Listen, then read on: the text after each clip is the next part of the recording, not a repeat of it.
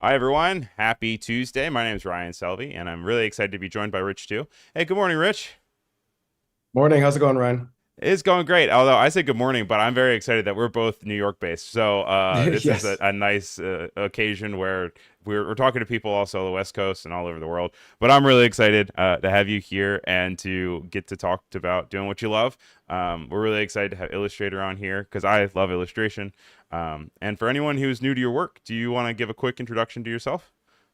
Yeah, for sure. So I do have some small presentation here that I can just share very quickly. Yeah. We've got Oh, plenty of actually time. We're here not for like the that. next hour or so. So Okay, we've got perfect. plenty of time. There we go. All right. So, hey, everyone, just like Ryan said, my name is Rich too, and I'll speed run this very quickly. I'm an executive creative director and partner at Sunday Afternoon. We're an agency in New York City where we do a lot of branding, identity. Formerly, I was at Nike, MTV, JKR, a great branding firm, also artist, designer, creative director, educator, occasional podcaster as well. I like to start this particular day with a quote from one of my favorite artists in the world, Frida Kahlo, where she says, "I never paint dreams or nightmares. I paint my own reality." Just to kind of put us in the mood here for about to see today. Did you see her? He, Did you see her? oh, They had a interesting show of hers at the Brooklyn Museum. I think like 2022 or so. yes, I Did you did. see It that? was in that first floor. Yeah, Incredible. it was cool. Uh, They even I had her like cavities, her I body casts. I know. guess that was pretty crazy. Yeah, I thought it was such an interesting retrospective on her as a human being as well as an artist. And Hmm. I mean, it was the first one that I'd seen that was as comprehensive of that. I'm sure there were a bunch more because she's an icon. So no, Of course. I love that particular show. It's incredible. Great museum too. Brooklyn Museum. Anyone that's in the Brooklyn area. So these are the other partners of Sunday Afternoon. That's Audrey, Ahmed, and Juan Carlos. Just kind of give you that bit of an overview. And we're also located in New York City. We don't work at the So Empire State Building. Yeah, what go does after it. Go the for it. Sunday afternoon do? We are an advertising, marketing, branding identity firm.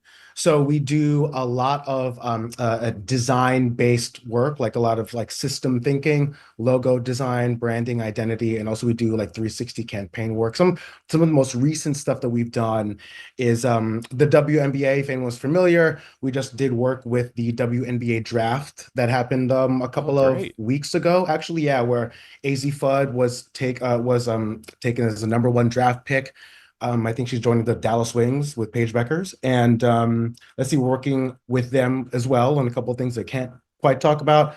Hoka is also one of our big clients. We just did a few 360 campaigns with them, and those are fun that we get to shoot those on location, like in South Africa and Cape Town or in Iceland and Reykjavik. So those are really great campaigns we've done with them too. So yeah, we do a little bit of everything, but very much in that brand design, marketing, and campaign And work. what's your guys' website for that? It's just so it's sundayafternoon.com.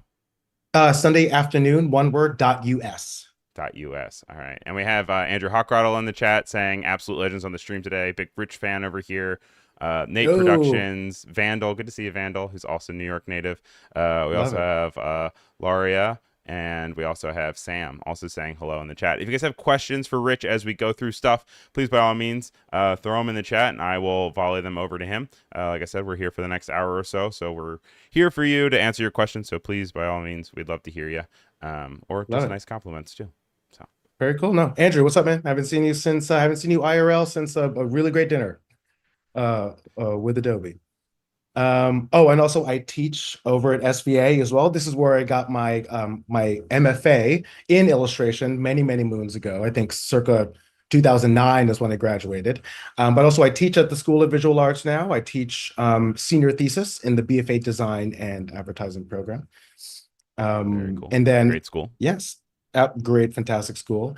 Just to show you some of my illustrative work, just so you have a bit of an understanding of myself as an artist. So these are some pieces that are kind of showcase my signature style, which is colorful, very contour oriented, but also kind of show this mix of figurative illustration, but with also these expressive elements that kind of speak to florals and also a bit of like a cultural reference point. My family came from the Philippines, and there's a lot of like I really associate that place and my home with a lot of beautiful flora, fauna, and also like real very colorful and vibrant, right? This is And a you piece that I said did. Yes, go You for it. graduated 2009, so these all are very Mhm. digital forward, digital first. Did Yes, you mostly learn yes. in a digital format, or did you kind of learn traditionally, and then as the years went on, kind of gravitated more towards this digital space?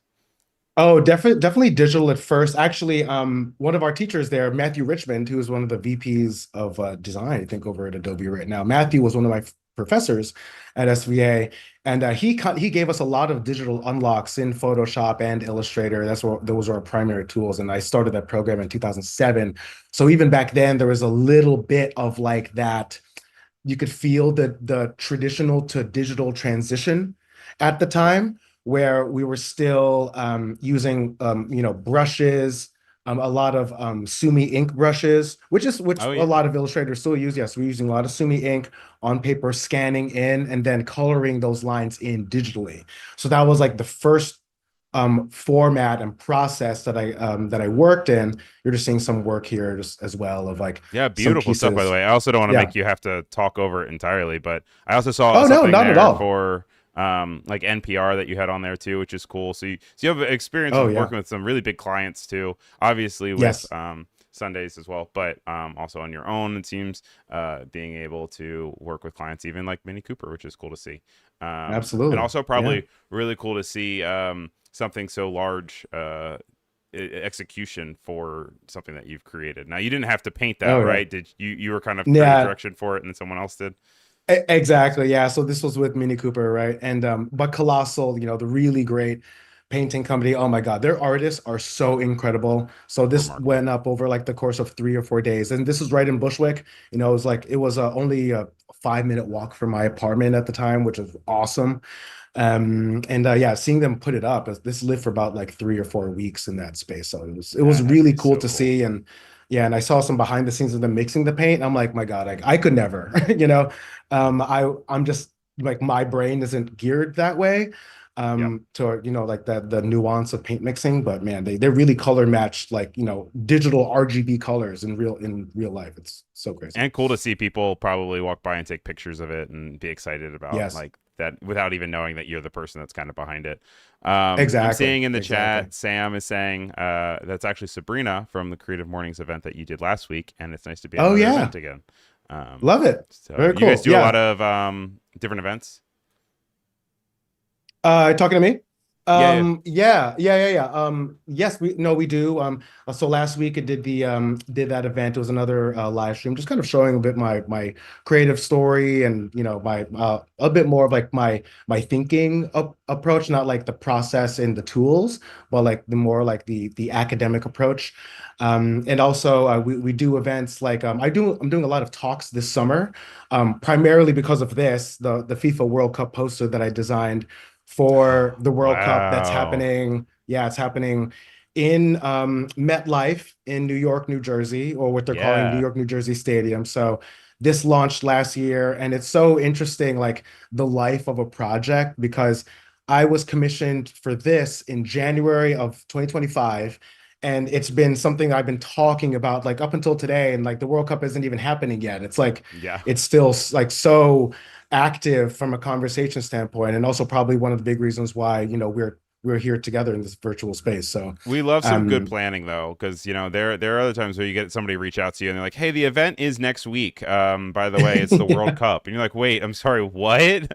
yeah, But wait, if we exactly, could exactly. pause real quick on this one, just because there are a few things I really want to call out here. I love the orange to blue. I think the orange to blue is Hmm. very, very cool. You got some cool color vibration.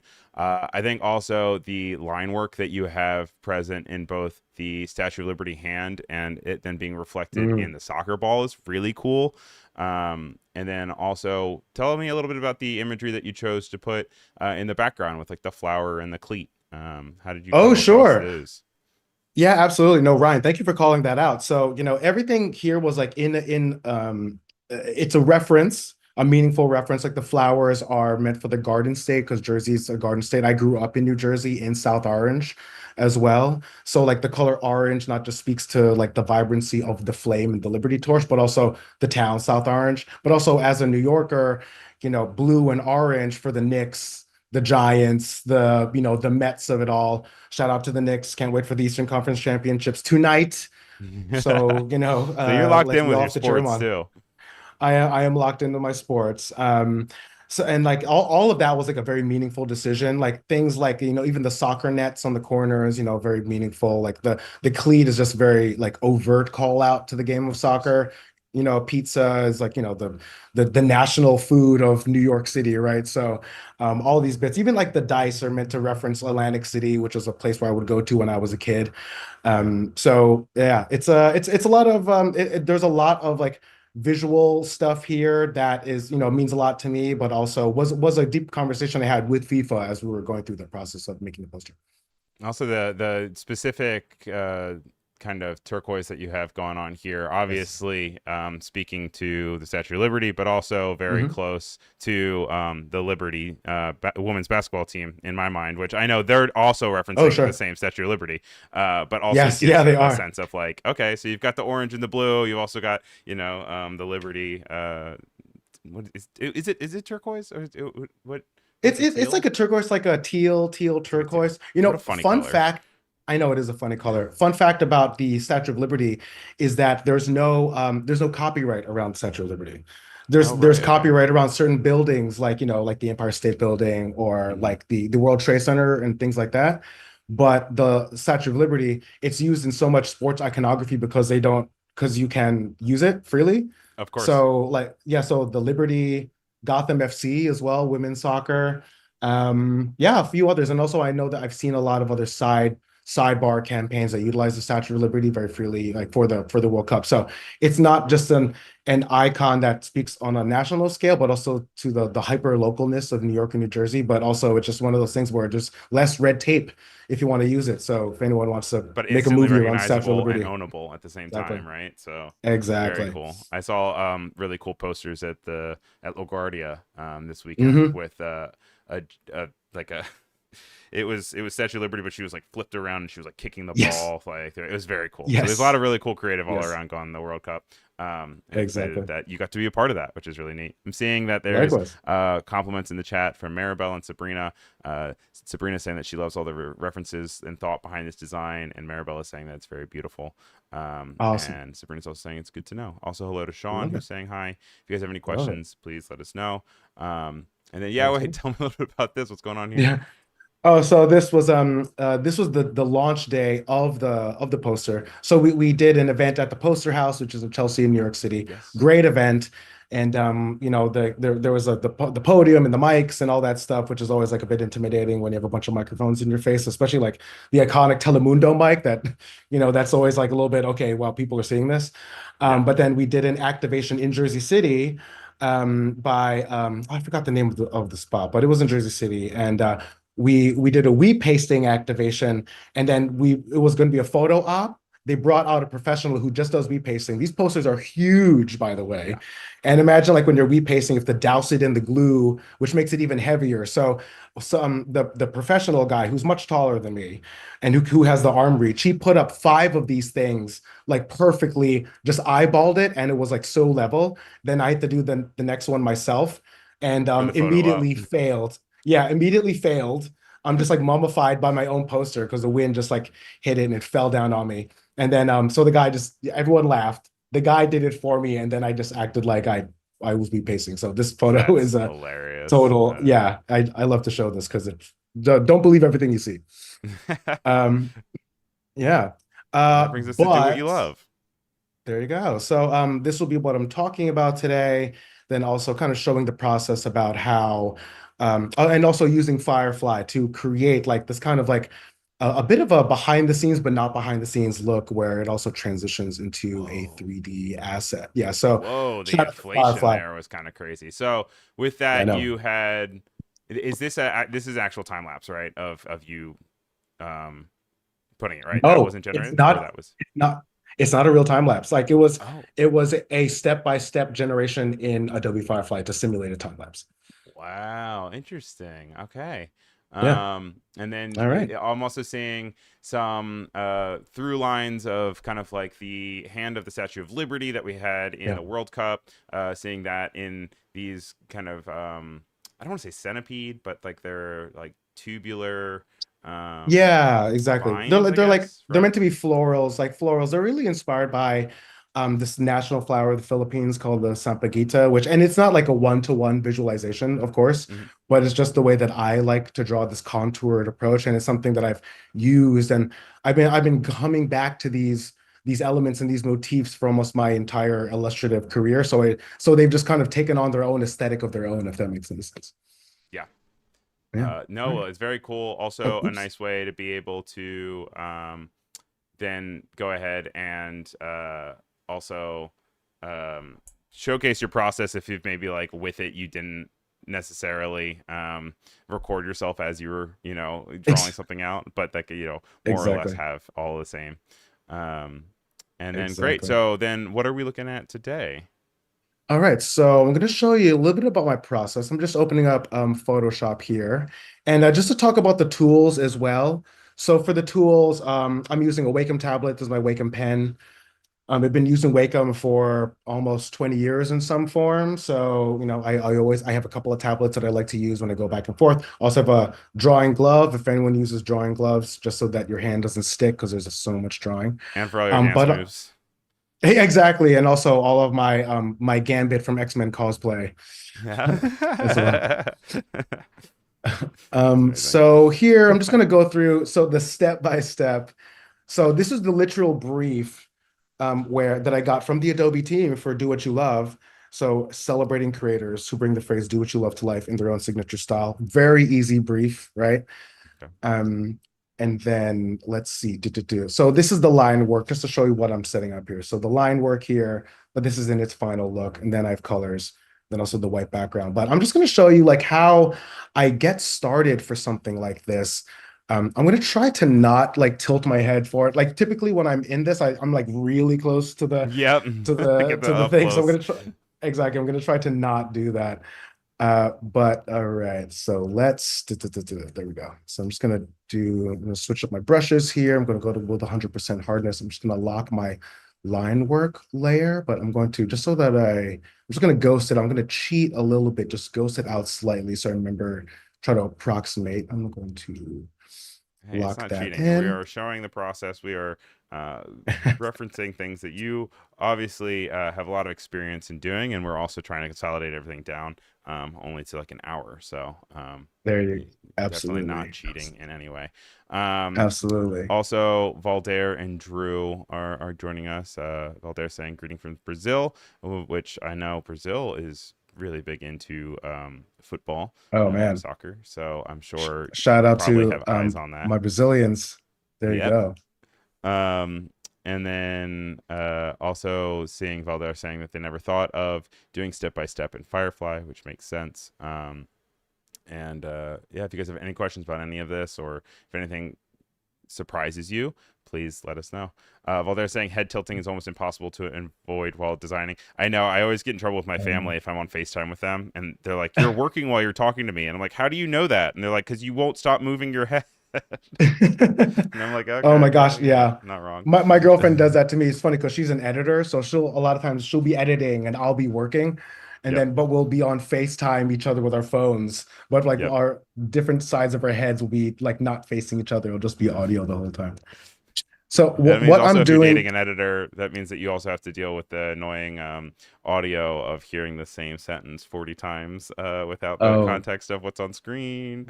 exactly, exactly. So what I'm doing here as well, so I'm just kind of laying out the type. And then what I'll tend to look out for is are my letters crashing, but crashing in a way that I like them to crash? Hmm. And also like am I making it, is it legible, but like kind of in my kind of like like chubby line work style, as it were. Because then I will also soften everything and then resharpen it, which I'll show what I'm talking about here. So right now I'm just trying Yep. to get the line work just as thick as it can get without sacrificing legibility. Also, shout out to Rich here, guys, because I know it's kind of tiny on the screen, but you can see that his flow's at 100%, but his smoothing's at 0. So this is just a man with a steady hand, Yeah. just going through and being able to whip out these shapes in a very steady line work. It takes years to harness, and I am definitely not there. So props to you for that. Well, um, I gotta, it's the glove. I it's the gotta, glove when I, it all comes down to the glove. Um, it's the glove for sure. I'm also So I'm just loving gonna the do this to ligatures you. of the H to the A, which is really cool there. And the Mm-hmm. connecting adds some nice distribution of visual weight. Um, and then you're just using just a generic rounded brush there for that, right? Yes, exactly. And it's funny because before, like, there were a lot of brushes to buy or sell. Like I remember using Kyle's brushes for a long time. I still do for other things, but I I always went back to just this one brush just because it just felt the most like sign painterly to me, Mm-hmm. and I just love that aesthetic and I'm just like very comfortable with it. So that's what I'll tend to deviate towards, especially when it comes to this kind of work. And I'll show you why, because I love the way that it translates to Illustrator really well when I have to like digitize everything and I don't have to, I can just smooth everything out. And I can just like adjust the proportions in a very like streamlined way. And yeah, so I'm actually seeing Nate asking about your drawing process of like size and if you're using an iPad. Right now, you said you're on I'm a on a Wacom Cintiq. tablet. Are you Yes, on yes, yes, or yes. are you a non-screen guy? I'm a non-screen guy. Not that I haven't used them, but I'm using a Wacom Intuos Pro that Okay, I got from I just looked at the bottom of it right here. So it's a Wacom Intuos Pro, about a and foot long. yes, about a foot long. Good, About a foot long. yeah, Okay, so you're good call. normally kind of using on this smaller scale of drawing and painting, it seems, but then creating things that are going to be a Yes. lot bigger. Are you ever using the iPad where then you're also doing it on the go, or are you mostly always at your desk? No, mostly at my desk. I rarely use the iPad. I mean, I have before, and I've also done like, demos on iPads as well, but I've had to like learn it. But Hmm. I always just deviate back to the way that I know, and I'm probably not alone in that in doing that, So I also can't get rid of my keyboard yeah. shortcuts personally, which I don't have if I ever Yeah. use iPad. So I know they like create Same. button devices for it, but I'm like, man, that's you're asking me to Same. change my muscle memory there. Exactly. Yeah. I'm just so used to like doing what I do. So right here, I'm just like getting the letter forms as close. Like I really like what's happening here with the do, and then the what's kind of getting there. Then the Hmm. U is close, and then here. So let's just say that this is basically what I want. So it's like that. Yeah. So what I'll do here, I'll duplicate it, and then my files will have like a million layers in them because I always want to go back and in case I want to, revisit something. But once I get it to this point where I feel close enough, I'll Gaussian blur the whole thing. Oh, why's that? I'll show you because I'll Gaussian blur it because it somehow just like melts everything together. Hmm. And then I'll bring it and then I'll create a new layer. Oh, how did you Then just I'll do that go, selection there? that was Shift Command J, I Okay. think. And then Yeah. it just got I'm trying to everything that you remember. had that was on that layer. Yeah, exactly, it did. And that's also that was taught to me by Matthew Richmond, my professor all the way back when at SVA. Oh, nice. So so now it's all blurry. It's a blurry mess, right? So we'll up the contrast a ton. So essentially combine the whole thing, and then I'll just clean things up. But I like what's happening here with the D and the O, like how it's like rounded out the T as well. Then Hmm. I'll smooth the whole thing out. Sometimes it just takes a bit to process with that little marching ant And how did line. we got to this by what you double clicked into the area once you created a mat for it? Yes, exactly. And then I double clicked into the area. I can demonstrate that again too. So right now I'm option deleting to just drop the line work or to drop the color black into the marching ant line, but I'll just Okay. redo that again. So here's the blurry layer, right? So I'm hitting Shift Command, and then clicking in. So that's it. It's only Shift Command and click on the wake up. And Okay. then I'm creating the new layer. So that's the layer that I intend to drop the black into, the black fill into. And Yep. also I'm here in Magic, in the Magic brush. Then I'll go select and mask, and then that brings me into here. Then that's when I'm Yep. like upping my contrast and all that stuff. And that way you're working on an empty layer that you can then fill Ex ex- after you make your adjustments. Exactly, yeah, in theory. So I'm just gonna delete that because this is the layer that I'm Great. gonna Thanks for do. walking us through that. Appreciate that. Oh, for sure. It's one of So I'm those gonna things where delete it's like so this. much of it also is when I ask people on stream, I'm like, how'd you just do that? A lot of people Yeah. sometimes go like deer in the headlights because they're like, I don't even know how I did that. It's just so muscle memory at this point that I just punch the Yes. keyboard and it does what I need it to do. And I'm very much the same way. That and video games. So like, what button did you press? I was like, I don't know. I just pressed the button that I was supposed to press. Yeah, exactly, exactly. So what um, I'm gonna do is I'm gonna do it one more time just to combine things a bit more because I like how it's melted all the letters and they're all super rounded out now. But now yeah. I just want to crash some letter forms a bit more into each other. Like I'm gonna get that O into the Y and the O into the U. I'm gonna combine all of that and I'm gonna bring that T just a little bit closer. And we're just Also that using T, the regular lasso tool. Since he's using a tablet, yes, he's able to have more control over the areas that he's selecting. Then you're exactly. cutting it into a new layer and then moving that around using um, just different transform tools. It looks like you then did something Exactly. really cool just there, though, where you I just selected the added a T, stroke. Yep. brought I it just to added its the own stroke. layer, and then added a Yep. stroke. Exactly. Just want it to feel a little bit thicker. Mm-hmm. So when I bring that in, and then I'm going to smart object that, and then just rasto that, just so I Rasto. can bring it closer. There we go. And I then, loved what it did to the W, where it kind of got rid of yes, the middle line, but we can still yes, understand that there's that middle line. It just adds kind of a fun wave. Um, exactly.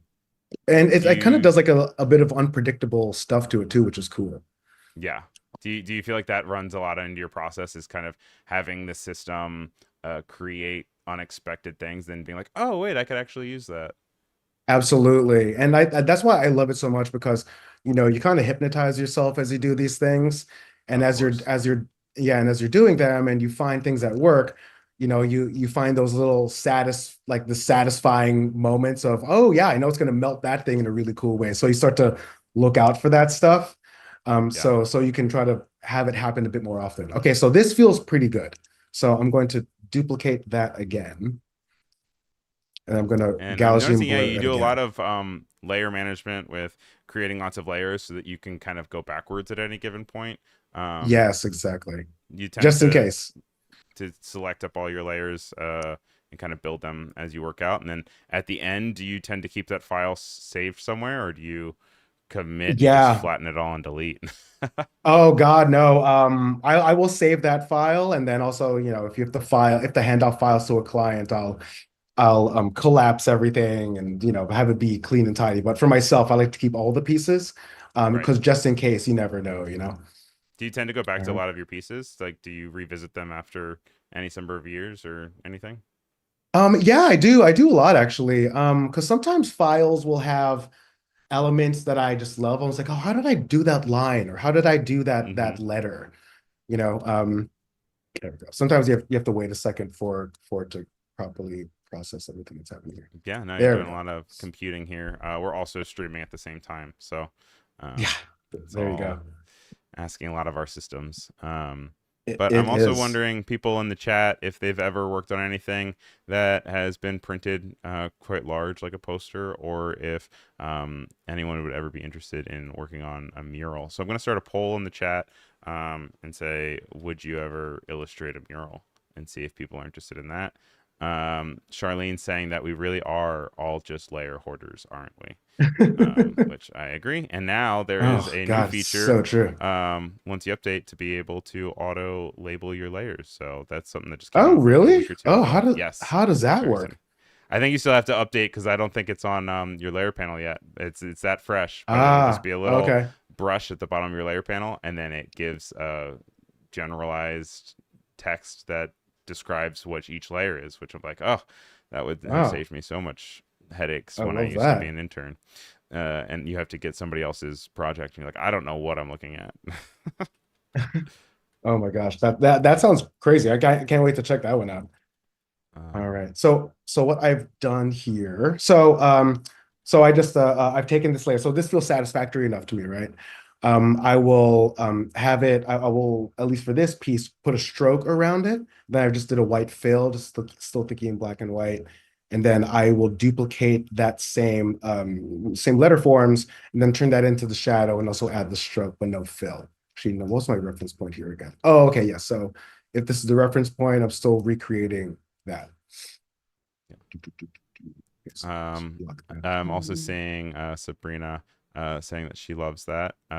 Throwing up a poll in the chat for the would you ever paint a mural. We have 50% that already say that they would love to, 25% already have, and 25% are not interested. So make sure you guys Oh, vote on that. We'll keep it up for love, just a little bit.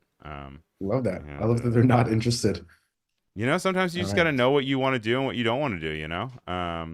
I also know for a fact that I would love to have a mural of my work be executed onto a wall, but I do not want to get Mm, on a bobcat or a any cherry form of picker? scaffolding or a cherry God, picker no, and have to do it myself because absolutely not at not. all. Not Absolutely at not. all. So I'm just making a, oops, I want to do a folder here. Sometimes I'll make a folder that just pieces in it that will be marked as like magenta or something. That's why I'll put all these like spare parts just to clear The up my nice spare board. parts. Yeah, exactly. I'm seeing Sabrina saying there was no option for maybe, and that's because I'm like, yeah, you got to commit, or you got to commit to your answer, saying yes or no. There's no maybe here. That I is want to it. know your true feeling for it. Exactly.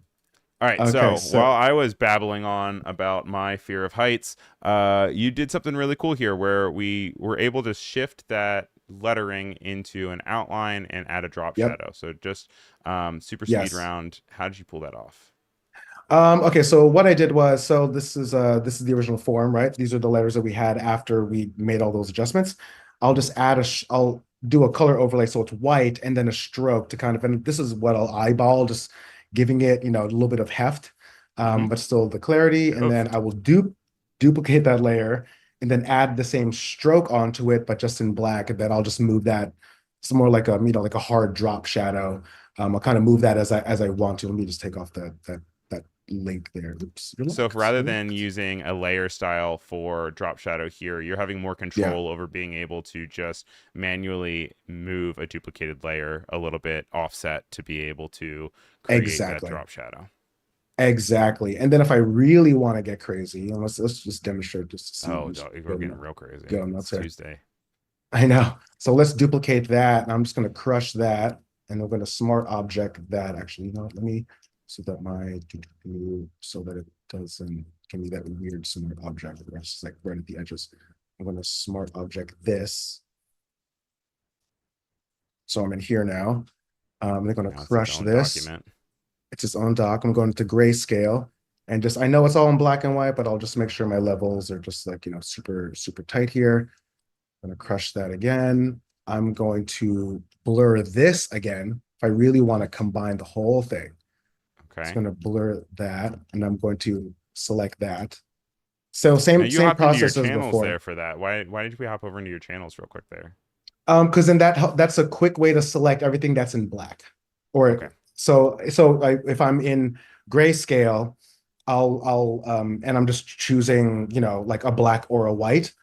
Hmm. It's the fastest way that I can think of that'll just select everything that's one of those binary colors. And you just made it even more binary by adding that levels filter that then pushed it farther between white and black, and then that way when you hopped into Ex channels, it was able to select a stronger exactly. selection. Exactly. So then I'll bring it into here again, kind of like I did before. Now, like all these little like edges, like all Hmm. these little ink wells, like they're all rounded out and there's no hard edge anywhere. Right. It's Yeah, and also then fun that some, you said inkwells again because it kind of returned to when we were talking earlier when we were talking about maybe those markers and how that kind of goes back to the traditional sense of being able to yes, feel exactly. like it was made on paper. We are a little bit Exactly. over halfway through our stream, but we've already accomplished so much. If you guys have questions as we're working on stuff, please let us know. We're here with Rich, and we are looking through the Do What You Love campaign, and he's showing us how he created this really cool poster in Photoshop, and we're just exploring the cool way of hand lettering. All Um, right, there we go. So this is where we are. So now we have the lettering. So let's say we've locked that in, right? And then now what I want to do is, let me just show the original piece here. So now like there are all these decorative elements, and obviously we'll be able to show like how to do all of this. This is where the part where I'm really just meditating and drinking like a million cups of coffee and Yeah, in the next drawing 20 all at the minutes, we're same going to need time, you right? to draw all of this immediately. So Exactly. better get to it. Get to it. But yeah, are you a But big what I, doodler yeah, then? I'm a big doodler. Yes, when I'm in the Okay. zone, when I'm Yeah. in the zone of doodling, for sure. Okay. So like if you're like Yeah. sitting at like a restaurant, is there if there's a napkin, are you somebody who will pull out and kind of just create kind of florals, or is it more just when you're sitting at your desk? It's a lot of times when I'm sitting at my desk because it's, oftentimes for clients. So I also right now what I'm doing just creating shapes. And this is Yeah. what I'll do, like where I'll just do this, right? But my dad was an architect and he would his way of bonding with me was oftentimes just sitting and drawing, which Hmm. I always loved, and That's that was wonderful. always like so much fun for both of us. And he kind of showed me like my first contour line drawing that I ended up like when I went to SVA and we were just drawing all the time and on as well as taking classes specifically meant for drawing and also drawing with this with the concept of design associated, Yeah. then I was like, oh wow, that's how he was trained in the 50s. And also that's how I'm being trained now in the early aughts. So, like Yeah. some skills just never quite go away. And they're important skills to also manifest and kind of hone as you work on it. I'm seeing Sabrina saying that she used to doodle in class to keep herself awake, and that she loves Mm, that you got to spend time with your dad in with that memory. I remember specifically going to art school and the teachers not yelling at kids for doodling because I was always yelled at if yeah, they're like that's you're not funny. paying attention. But I was like, oh wait, no, these are creatives and artists that understand. These teachers understand that it's just a part of being able to focus and remember things in your own way. Um, Exactly. Like you have to, as really. yeah, as a quick call out to your process, as I'm just seeing a through line between all of these, you really like to start with these big shapes, with these big brushes, kind of not Yes. physically zooming out, but metaphorically zooming out with the idea of creating big blobs, whether they're vines or Yes. leaves, and Exactly. then also going back into the detail later, having different Yes. layers with different colors that aren't necessarily going to be your final colors, but are enough to just be able to separate it in the layers panel. Exactly. Exactly. So like, Uh, and same thing here where I'm just like, I'm putting down like these organic shapes and then I'm feeling out the proportions of them. So I'm just going to raster this again because these feel like they're just a bit too thin for my eyes. mm-hmm. Just going to lock in the pixels. Oops, that's not what I do. There we go. So now they're as thick as I want them to be. So let's actually just start drawing them. So this is where I'll go in. Let me mark this line, this layer here. Red. And I'm also going to move on to our next poll and ask people if they are big doodlers. Because I'm seeing some messages from Bree in chat saying that they still doodle on everything. And Sabrina is saying, I'm trying to train myself to doodle more and let loose. Yes, there's definitely something to be said about giving yourself creative freedom and separating from overthinking everything. Um, Yes, absolutely. so you're just doing these all hand by hand when you're doing these layers of um, like one by one Exactly. Like, cellular yep, but very lines. contour Wow. based, like like large figures. So I will do them individually and then I'll layer them on top of each other. So sometimes I'll just draw right in the middle Hmm. of the canvas and then, I'll move the pieces around. So I kind of draw like a designer where inevitably I want like as much control as I can have Yeah. over the thing that I'm making. And this is kind of a little cruder than I typically go, but I'm We're on doing the time speed limits. run of I this. do love that Exactly. you added some intentional error there, which gives that Yes. idea of more natural growth, which is cool. Yes. Um, Exactly. and that in itself even takes some experience to know that it's important to do that because I feel like a lot of maybe newer artists might be like, oh, I just have to draw a line for every single one. But adding that inconsistency adds visual interest and makes it feel more authentic. Right, exactly. Because like from a 20-foot read, it all just reads as like things. Yeah. But then up close, the imperfections, like the errors, even like that gives it, like you're saying, the personality and also like that little signature touch. Yeah. And this is all on a separate layer, which you've already labeled as black line work, which we appreciate Exactly. you labeling your layers, which is cool to see. Um, it's not to be Some said people for don't. everyone. A Not lot of everyone people don't. does. Most people don't. Uh, right now, Yeah, we are in a there's community of 100% sociopaths. doodlers, by the way, for the record. I Um, love it. so we're among friends here. Um, and so, how long would you? I know this is such a broad question, but how long would you Sure. say a piece first draft normally takes you for a poster like Um, this? oh, totally. Well, for the do what you love, I had about 2 weeks, which is a good amount of time, Mm-hmm. and the Adobe team, they're just so, friendly towards artists, so they know that, I got a lot of stuff going on. So It's a process too. totally. So exactly 2 weeks, that felt pretty good. For something like the FIFA poster, which is a bit more, there's a bit more bureaucracy and red tape, if you Mm-hmm. will. That one took about 3 weeks for a first sketch, but I didn't even really get into this kind of work until after the first round. It was just Okay. the first sketch was very like figurative, like concept, like here's what it is. And then I'll also share like a PDF or a deck with visual reference. Like they're like, here's the understanding that it'll inevitably look like this thing, Yeah. but I'm trying to communicate this idea first. Would you So recommend thumbnails at first, or do you like to kind of go with one concept that you refine to say this is what I kind of want to present? thumbnails for sure. I got my start as an editorial illustrator Mm-hmm. for like the New York Times and the New Yorker and stuff. Very cool. And yeah, I remember my first commissioned piece it was exactly 20 years ago, Wow. August of 2006 with the New York Times.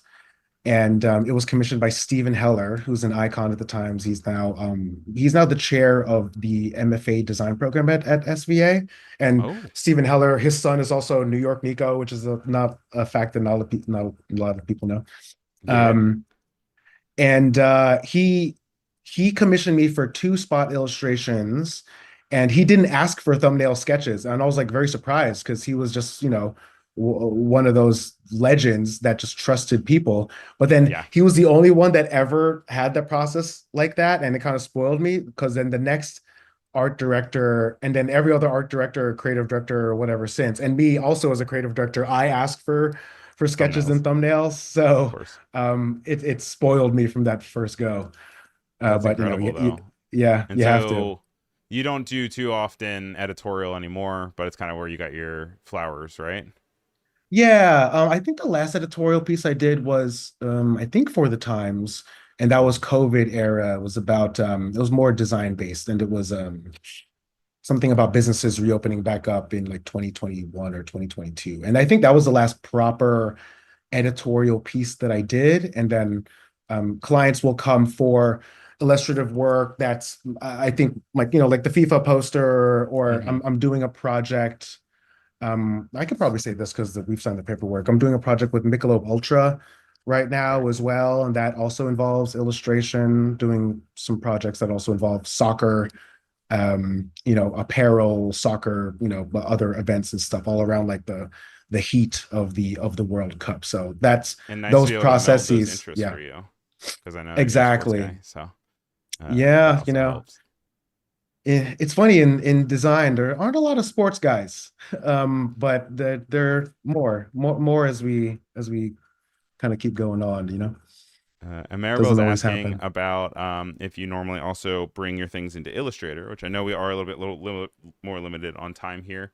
Yes. But you are normally kind of hopping between the two, correct? I would hop in between the two, like if I am creating a specific typographic lockup, I'll do it in Illustrator. Mm-hmm. To because like the control over kerning as well as spacing in Illustrator is a bit more, and I can manipulate typography and fonts just a bit better. Especially if I'm making something for InDesign that needs to be pre-flighted, and I just, I don't want to mess around with Photoshop with like a lot of vector elements. And then something Yeah. like this, For Do What You Love, I had to create a bag pattern that would live on a tote bag, and that needed to be vector. So I had to go in and vectorize all the art and smooth it out just for like the crispest reproduction. So yeah, I will often go back and forth. And if there's time, maybe I'll just show a bit of a live trace situation. But at the end of the day, for this, it's live tracing. And a lot of yours is also like bread and butter. It seems like it's Photoshop is your kind of go-to. Yes, yes, exactly. Because it's, drawing, it's also the most organic like way for me and I can operate as fast as my brain thinks in Photoshop, if that Uh-huh. makes any sense. No, absolutely. Uh, It's funny you get people who are like I don't know, diehards for Illustrator, diehards for Photoshop, which they're really like, I just, my brain works better in just one of them, and I will stay in this one as long as I can before it then switches over to something else. And yes. I was someone who learned Photoshop first and then Mm, moved into everything else. So a lot of times for me, I will work hard to stay in one program and then stubbornly yes, be like, I'm making this harder for myself. I might as well just hop over to Illustrator real quick. Um, but absolutely. I'm right there with you where I'm like, hey, if it's working, like I'm gonna make it continue to work, um, which is Totally. always nice to see. All right. I'm I'm just also going, amazed this at will the be the speed that you're doing these vines here. Oh, nice. Well, yeah, I'm trying to do a little speed run, but this will probably be the last one of the vines I do. I'm going to do one or two more shapes, then just duplicate that just to kind of just to show like the general gist. So to Hmm. avoid like all the minutia. No, that's But yeah, great. it's And after a also, guys, while, you're just meditating. as we are closing in our last 10 minutes or so, if anyone has any questions about any part of the process, things that we've shown, things that we haven't shown that you want to see, please, by all means, throw them in the chat. That way we can try to answer them in real time for you. That said, if we don't get to anything today, where's the best place for people to find you online? Oh, well, you can find me let's see on my social handles at rich_tu. Mhm. So feel free to find me there. And you can also find me on my website, rich2.com. Okay. And you said you're giving lots And of talks this summer, right? yeah, giving lots of talks, giving a talk at let's see, Oh, Poster Poster House. House. Yeah, great museum if anyone wants to, kill like a solid 45 minutes to an hour. Um, and then what else? I'm I think doing a they had lot of workshops. sorry, I cut you off. My bad. Oh no, no, go ahead. Go ahead.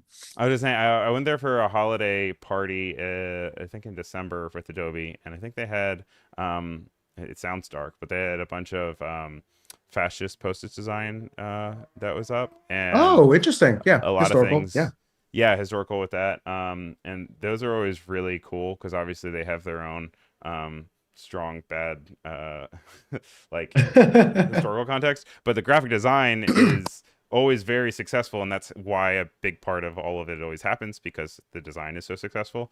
And it's always Yes, really yes. cool to go there and just see the scale at the things that you look at, and you're like, wow, look at this incredible poster that like is just making me feel some sort of way. And they do such a good Yeah, job exactly. of Yeah. documenting that, and the exhibition design is really great. So if you guys are in the New York area, make sure you check out Poster House. I feel like it kind of gets skimmed over too often. It But I think really it's just a does. And great place. yeah, beautiful museum. And like you said, it's it's a great archive of excellent design that is really meant to communicate. And I think that's the challenge as well with like a lot of political posters is because their effectiveness, design, and kind of getting on my teacher high horse here, design at the end of the day doesn't have like any sort of like moralistic affiliation. Right. So it's really up to us as designers to do what's right. And I don't know, it sounds a little bit like hoity-toity, but use our powers for good, if you will. No, I And like, definitely agree. yeah, yeah. All right.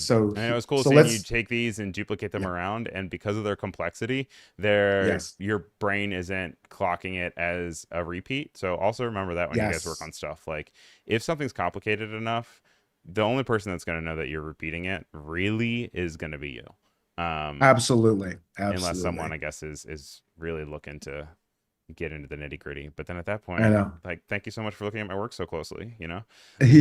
Yeah, seriously. If anyone wants to be like, a nitpicker, just pick nits all day. they're gonna be picking anyway. So Exactly. let them do their thing. Don't let that Let them go for change it.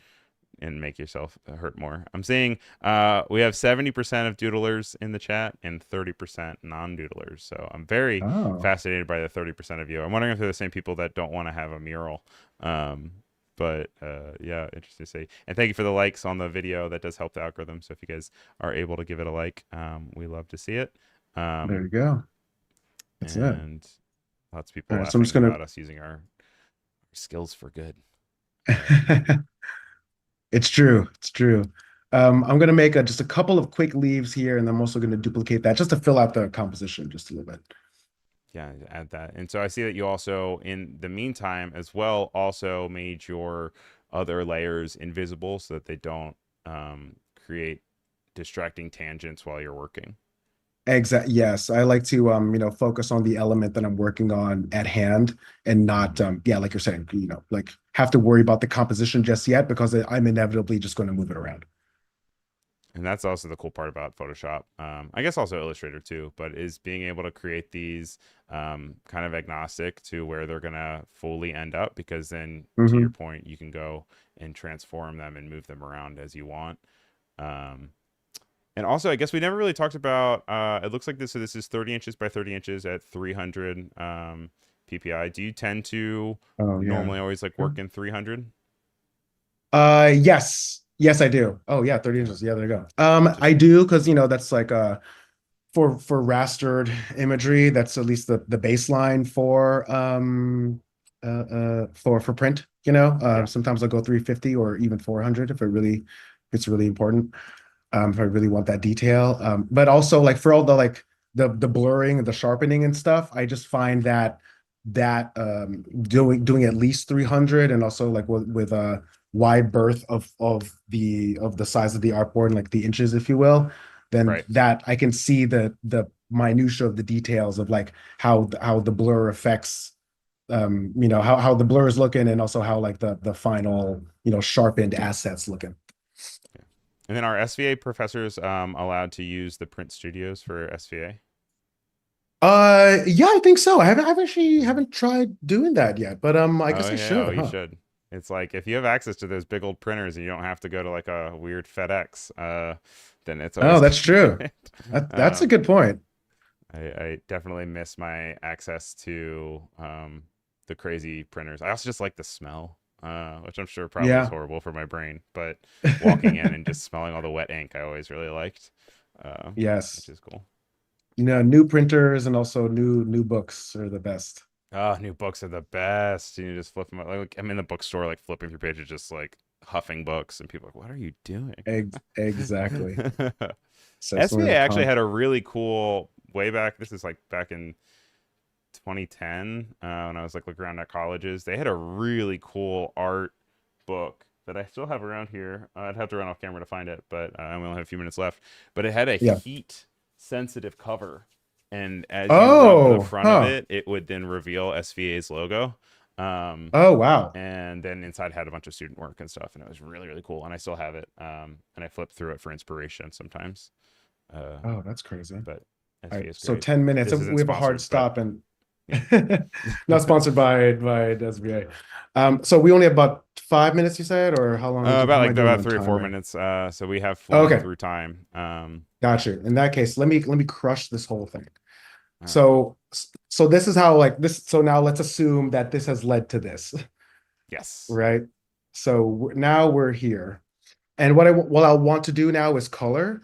So I'm just going to do some broad colors, and this is where I'm just really playing. This is the most fun part, honestly, where I'm just clicking in like the different areas that I want to fill, and then I will just do that for as long as I need to, and I'll expand by about 3 pixels. Let's go to the original here, or the colors here. Oh yeah, so Oh my wow. teal. Okay. Yeah, so that I'll just do that, and then I'll just keep And it's going on a all the way layer underneath down. your line work. Exactly. So what's here? So like I like pink as the general base, so I might even just drop like a pink layer here. Then I need to delete this because I want this to be want that to Charlene be says teal. the way I clutched my pearls when you flattened the layers. Oh, really? Yeah, Oh, I'm sorry for triggering. are Oh committed. my gosh. Yeah, exactly. And then let's see. I want and this little beige color here. So what was the beige? I'm gonna actually start with this. I'm gonna color these just to give us some contrast. I'm gonna take the letter forms. I'm gonna take some other elements here. And like the way that I work through color also is, I like to have one or two colors really be the front runner colors that are like the loudest ones, if you will. And that's Hmm. kind of, where they're like the most high contrast. And then I'll pepper in more subtler tones that give it a bit of that dimensionality to it. That's great.